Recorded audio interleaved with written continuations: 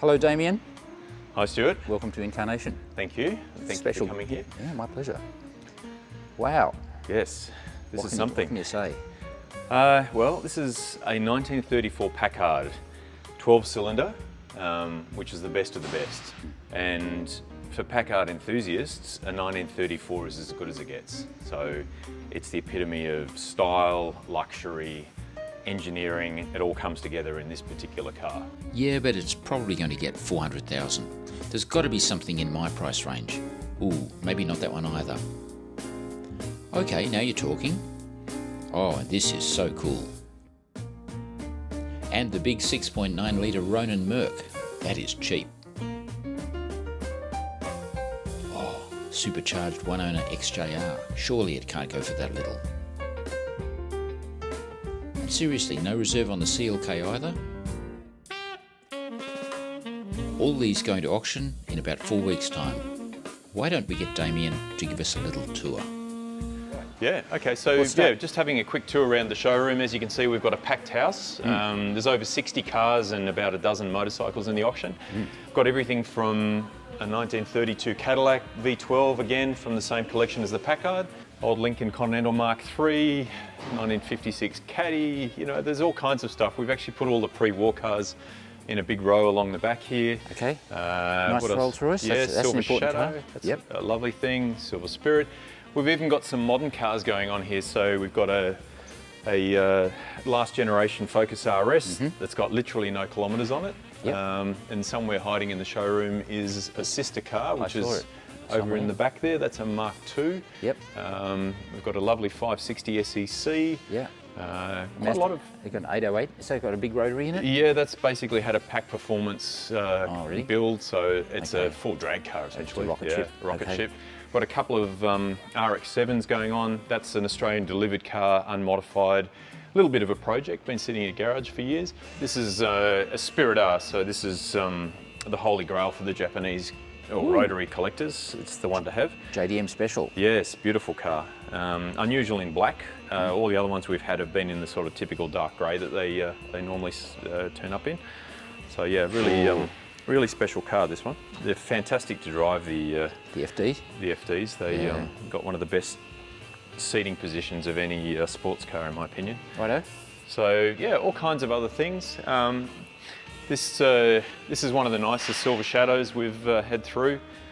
It's got a beautiful blue leather interior. This is the Governor of Tasmania. Governor of Tasmania's personal car.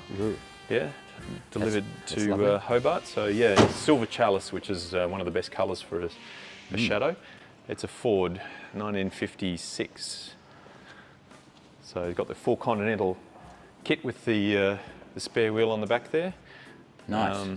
Interesting that it's got the same body style name, the Victoria, as the Coupe Victoria Packard we had. So Ford continued to use that right through the 50s. Okay. A bunch of lovely, early cars, Tatras. including these three here, which are rarities. They're all pre-war Tatras. Starting with this little one's a very unusual one. It's a 1930 Model 12.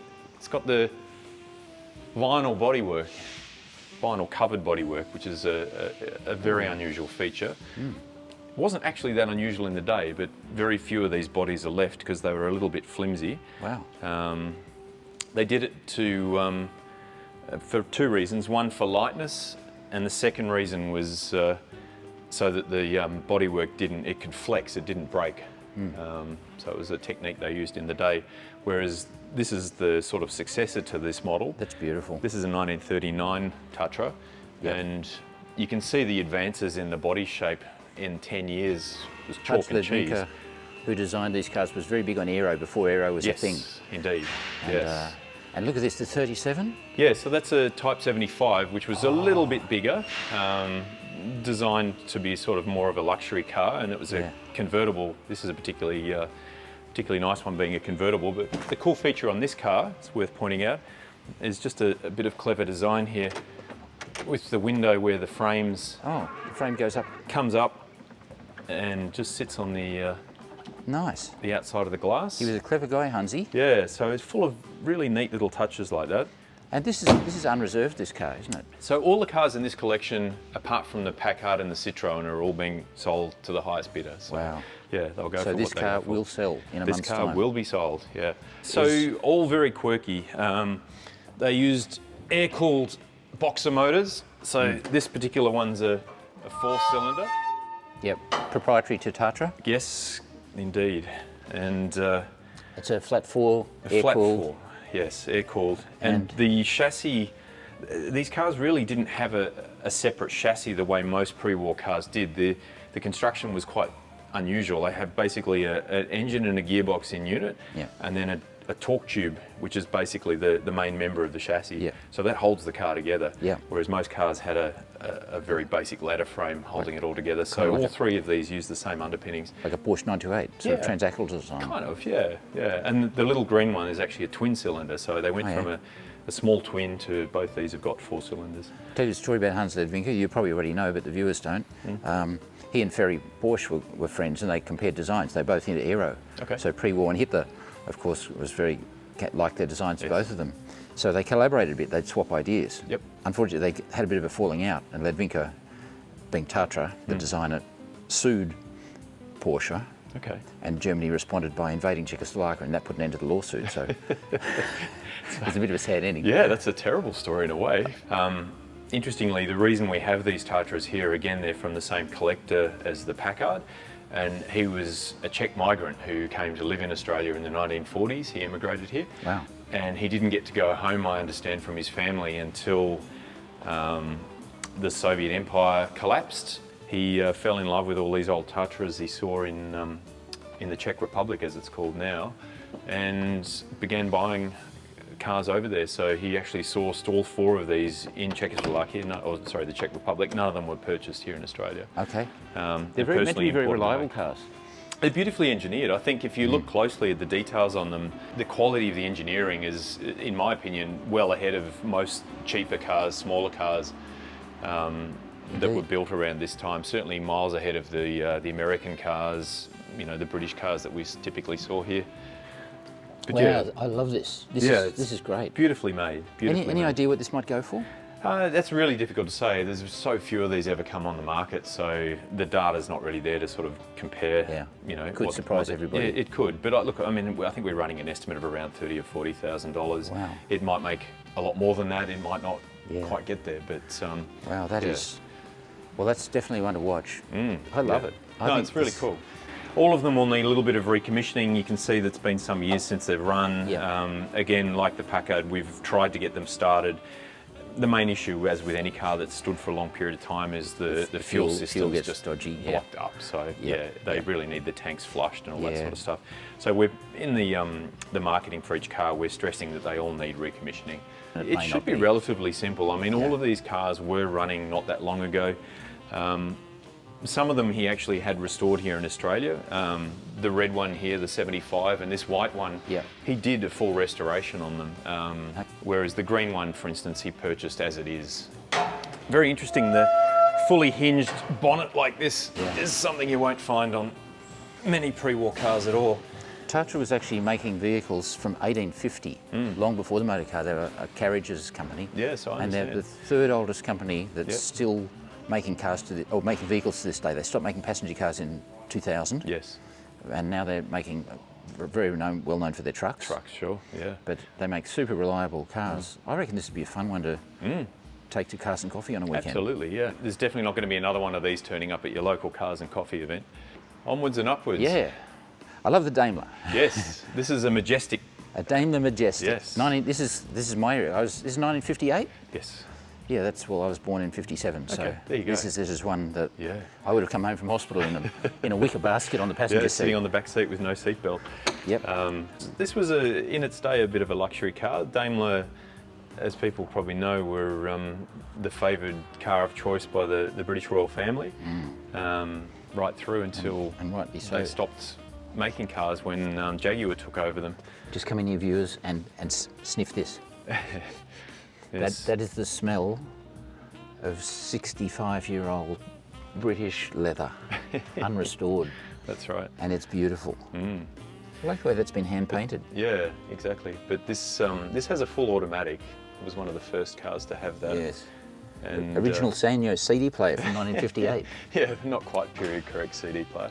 Yeah. Also, an interesting feature on this car was the fact that it had disc brakes all round. It was one of the first first cars to production cars to have disc brakes Fabulous. on all four wheels. So it's in theory good at stopping. Righto. What's this shitbox? I think you know very well what this Oh. is. It's a that's my car. beautiful 996 turbo. Yeah, twin turbo. So yeah, twin turbo. We don't need to talk about that. It's already on the channel. If you want to see a review of this, it's already there. This is going to go very well. It's an absolutely beautiful car. Okay. Yes. Oh, good. So we love that one. Hey, look, Falcon GT. Yeah, so that's actually a replica. We've had a few of these replicas come through, and for people that don't have the $1 million budget to buy a real one, for around the $100,000 mark, you can have a pretty convincing copy that really does everything that the real one does. Manual? It's got the, manual, 351. 4-speed rock crusher. Yes, top loader. Yeah. So it's got all the gear on it. Yeah. In the Vermilion Fire, which is the hero colour that they came in. This was the one that won Bathurst, which is why it's so popular. And it's complete with Venetians. Yeah, it's got Venetians. Mate, that's a nice car. Full period spec. So yeah, that's a good thing. There's another quirky one hiding behind that, which we might come around and have a look at. Hino Contessa. Yes, that's a cool Triumph TR7, Yes, Carmen gear. TR7. Beautiful colour. I think Yes, I think that's crystal green metallic. one. Yes, that's a beautiful That's a shade Porsche of colour. green.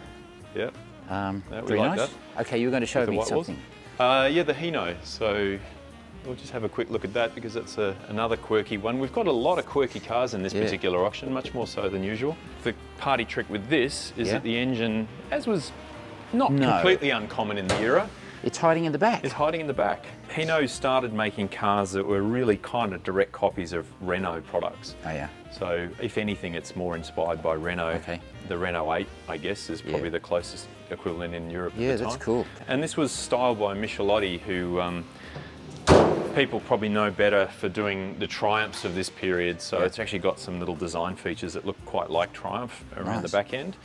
Whereas the front end is actually a lot more like a Chevrolet Corvair, which of course has the engine in the boot as well. Sorry, it's a 1300, isn't it? Not a 1600. In this case, the 1300, yeah. Yep.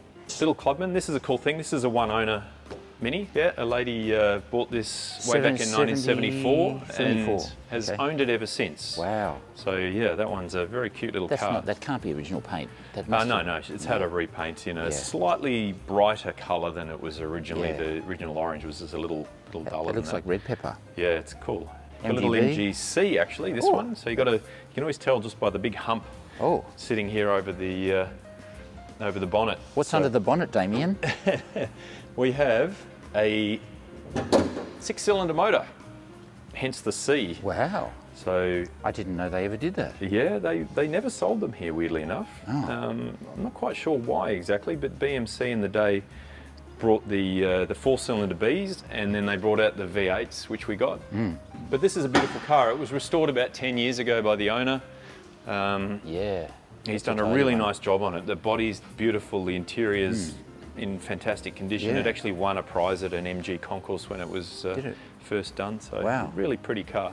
And unlike the B, where you can chuck them around through corners and really enjoy them, the C's have always been known as more of a nose-heavy tourer, but they're actually surprisingly pleasant to drive, and I think now people are sort of coming back to them a little bit. They have more of a following than they used to, so this will tend to the values tend to be somewhere between where the Bs sit and where an equivalent V8. I've always been a fan of the MGB. I think they offer a lot of value for money. If you wanted to just have one sports car in the shed that kind of did everything, and you're on a limited budget, can't really go past an MGB for me. Okay. Yeah. Messerschmitt over there, we'll come to that. Yes. Beetle, you got to have a Beetle. Yes. SL500. Yeah, so very kind of underrated car. Yeah, very underrated and incredibly good value. I mean, we've got a few SLs in the auction. We've got a white one right next to it, for instance. That's a 1980s 380 SL. Yep. Really, in the terms of value for money, this 230 series, we've got an early 2000, I think it's a 2003 model here. Yeah. This is incredible value for money. We're quoting $35,000 to $45,000 as the range. Wow.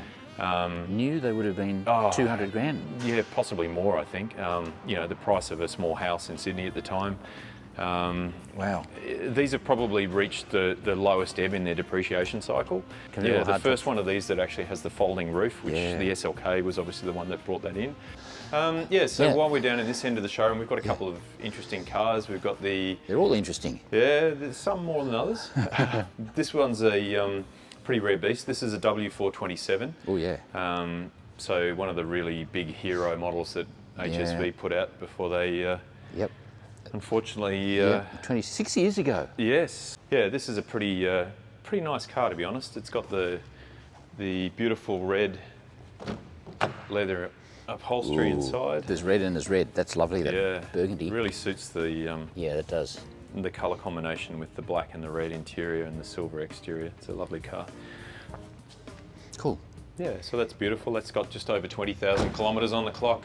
Whoa. If you're a serious HSV collector, this is one you've got to have.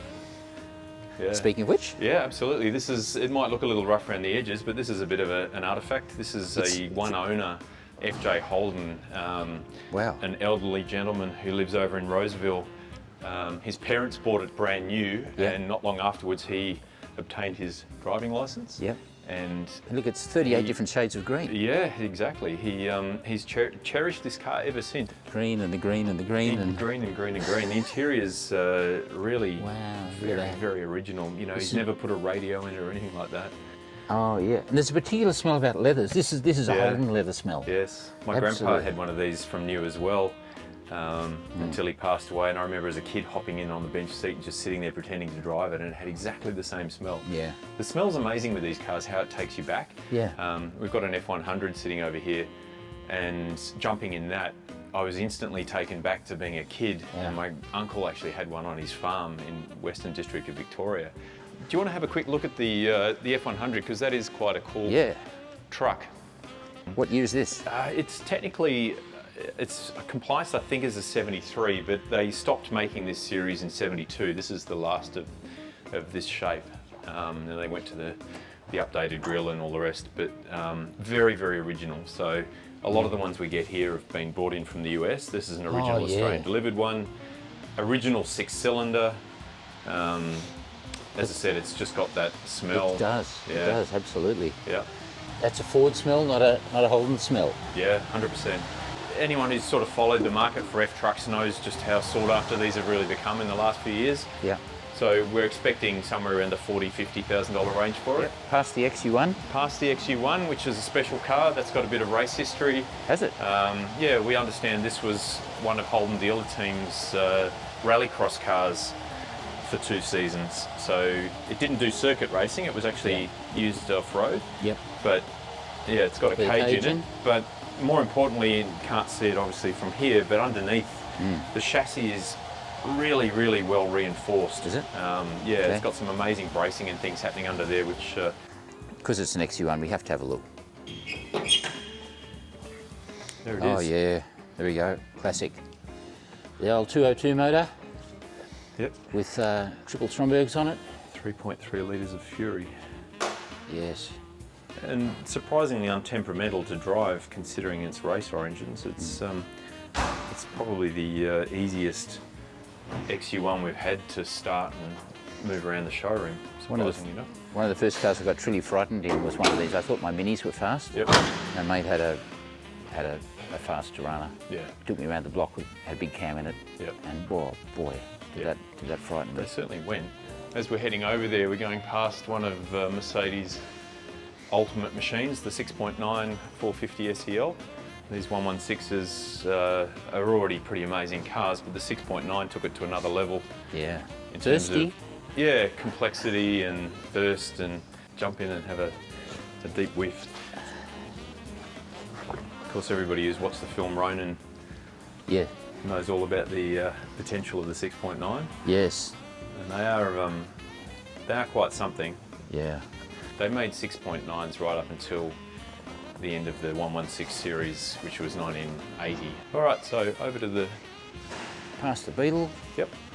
I'll just come around this way, you do that, I'll be right round because I'm just going to look at this amazingly well done 993 as we go past.